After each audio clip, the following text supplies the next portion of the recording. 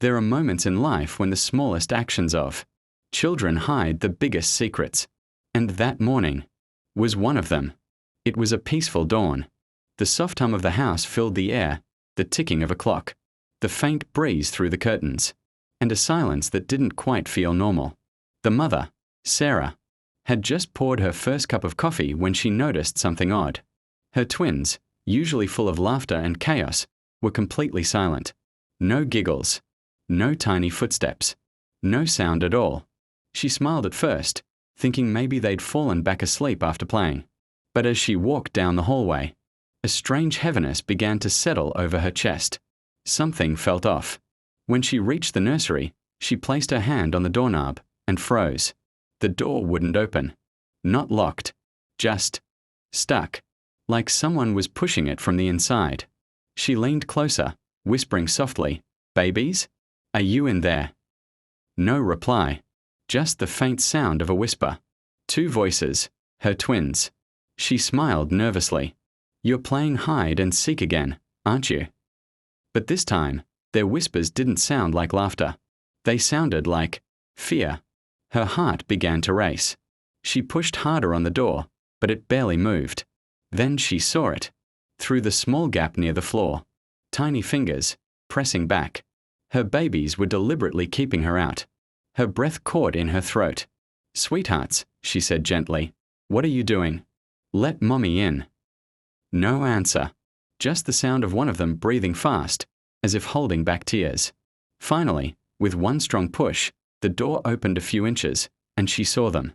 Her twins were sitting on the floor, their small backs pressed firmly against the door. One clutched his old teddy bear tight to his chest, eyes wide with worry. The other stared straight across the room, his face pale, frozen, unblinking. And then, in a trembling little voice, he pointed toward the far corner of the room. Pause, soft eerie sound builds. Sarah followed his gaze. Nothing. Just the corner where shadows gathered, darker than the rest. But something in her son's shaking hand made her blood run cold. She crouched, touching their tiny shoulders. Their skin was cold. Not from the room, but from fear. Her voice quivered. "It's okay, baby. Mommy's here." But both children shook their heads slowly. They weren't keeping her out. They were keeping something else in. Music deepens, slow heartbeat rhythm. The mother's eyes darted back to the corner. The sunlight flickered through the curtains. But that shadowed space seemed to absorb the light instead of reflecting it. Then she heard it. A faint, humming sound. Soft, broken, like a lullaby sung in reverse. Her entire body went numb. That voice wasn't hers. And it wasn't her children's. The twins pressed harder against the door, tiny bodies trembling. The humming grew louder, and then stopped. A small toy car rolled across the floor. On its own. Sarah gasped, her hand flying to her mouth. "Who's there?" She whispered. No reply. Only silence thick enough to choke on. Another toy rattled, rolling toward the crib. And then she saw it. At first, it was just movement, like smoke drifting in the air. But then, a shape began to form. Tall, twisted, moving like it was alive, made of shadow.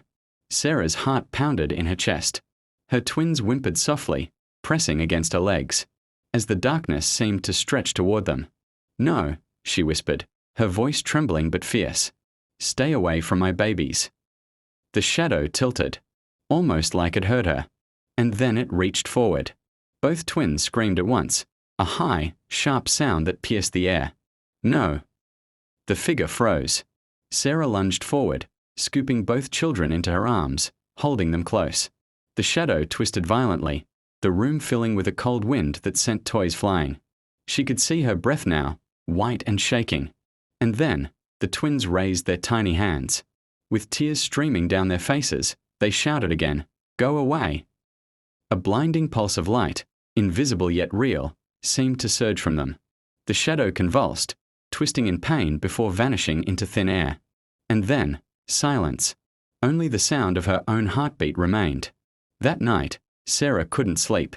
The house was quiet again, but it no longer felt peaceful.